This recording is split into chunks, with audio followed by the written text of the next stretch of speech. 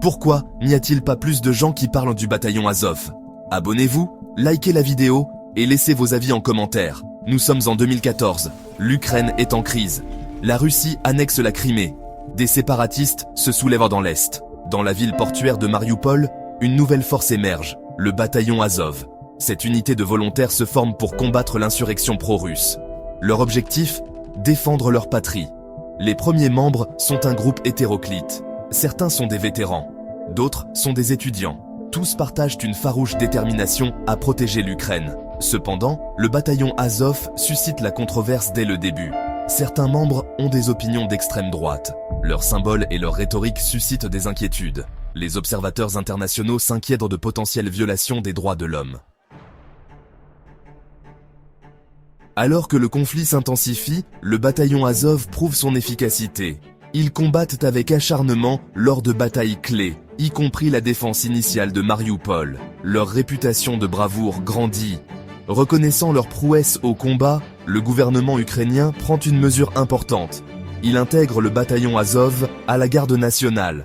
Cette décision transforme l'unité en régiment Azov, désormais la 12e brigade des forces spéciales. Cette intégration vise à professionnaliser l'unité. Des efforts sont faits pour répondre aux préoccupations concernant l'extrémisme. La formation et les règlements sont standardisés. Le régiment Azov commence à recevoir le soutien de partenaires occidentaux.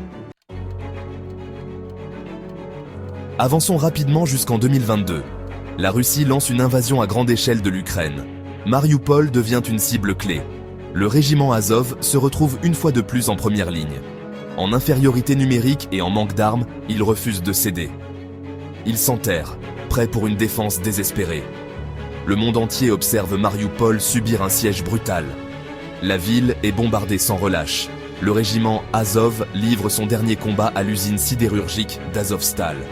Ce vaste complexe devient un symbole de la résistance ukrainienne. À l'intérieur, soldats et civils se blottissent dans des bunkers, endurant des conditions inimaginables. L'histoire du régiment Azov n'est pas sans zone d'ombre. Des allégations de crimes de guerre et de violations des droits de l'homme persistent. Certaines remontent aux premiers jours de l'unité en tant que bataillon de volontaires. Des groupes de défense des droits de l'homme s'inquiètent de tortures, d'exécutions extrajudiciaires et de pillages. La Russie s'empare de ces allégations, les utilisant pour justifier son discours sur une Ukraine infestée de nazis. Le régiment Azov nie ces accusations. Ils maintiennent qu'ils opèrent dans le cadre du droit international. Cependant, les allégations jettent une ombre sur l'héritage de l'unité. Section 5, prisonniers de guerre. Le combat pour la liberté. Le siège de Marioupol prend fin en mai 2022. Les défenseurs d'Azov, confrontés à une force écrasante, se rendent aux forces russes. Ils deviennent prisonniers de guerre. Leur sort reste incertain. Des rapports font état de tortures, de mauvais traitements et de procès spectacles.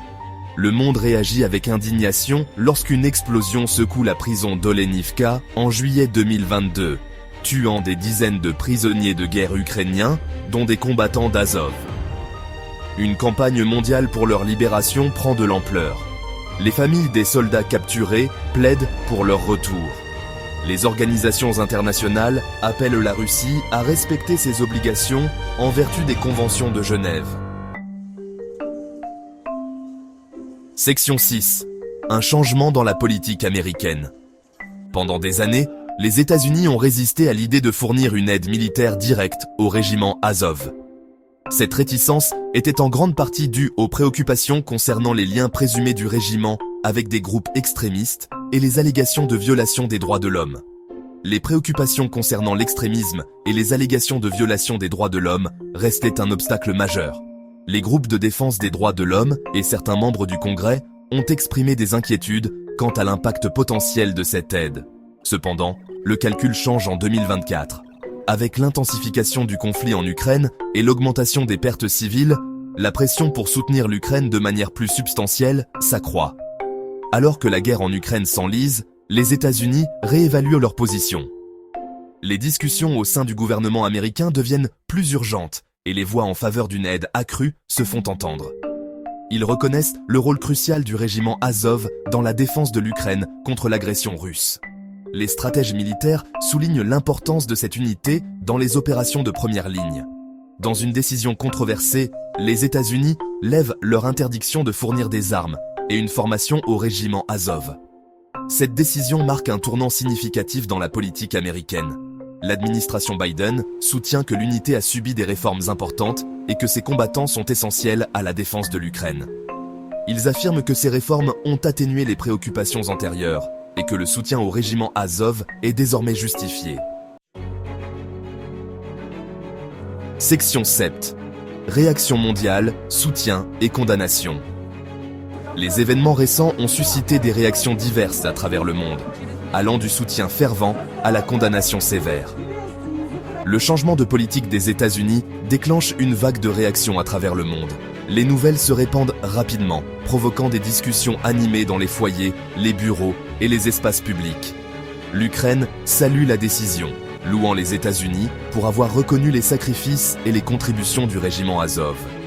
Les responsables ukrainiens expriment leur gratitude et voient cela comme un signe de soutien international crucial. Cependant, la Russie condamne cette décision.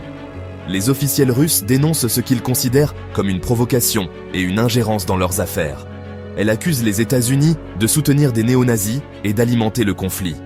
Les médias russes amplifient ces accusations, cherchant à influencer l'opinion publique.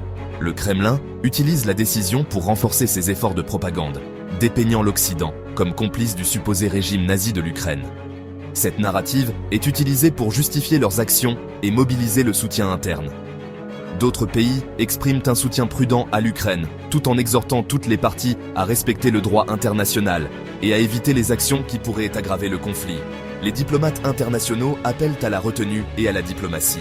Le débat sur le régiment Azov met en lumière les dilemmes moraux et géopolitiques complexes de la guerre en Ukraine. Les experts et les universitaires discutent des implications à long terme, soulignant la nécessité d'une analyse nuancée et d'une compréhension approfondie des enjeux. Section 8. La brigade Azov, aujourd'hui. En décembre 2024, la brigade Azov reste une force de combat active au sein de l'armée ukrainienne. Malgré de lourdes pertes, ils continuent de participer aux opérations de combat, défendant leur patrie contre l'agression russe. Leur avenir, cependant, reste incertain. La trajectoire de la guerre, le sort des combattants d'Azov capturés et l'évolution du paysage géopolitique joueront tous un rôle dans la détermination du destin de la brigade. La brigade Azov témoigne de la résilience du peuple ukrainien. Leur histoire est un puissant rappel du coût humain de la guerre et de la lutte permanente pour la liberté face à la tyrannie. Section 9. Un héritage complexe. Le parcours de la brigade Azov est une étude de contradictions. Fondée en 2014, cette unité militaire a émergé dans le contexte tumultueux de la guerre en Ukraine. Née du chaos de la guerre, elle s'est imposée en défendant sa nation contre l'agression russe. Leur bravoure sur le champ de bataille a été un symbole de résistance pour beaucoup. Leur courage et leur sacrifice leur ont valu admiration et respect. Les soldats de la brigade Azov ont été célébrés comme des héros par de nombreux Ukrainiens. Pourtant, ils restent une source de controverse. Des critiques ont émergé, soulignant des aspects plus sombres de leur histoire. Des allégations d'extrémisme et de crimes de guerre jettent une ombre sur leur héritage.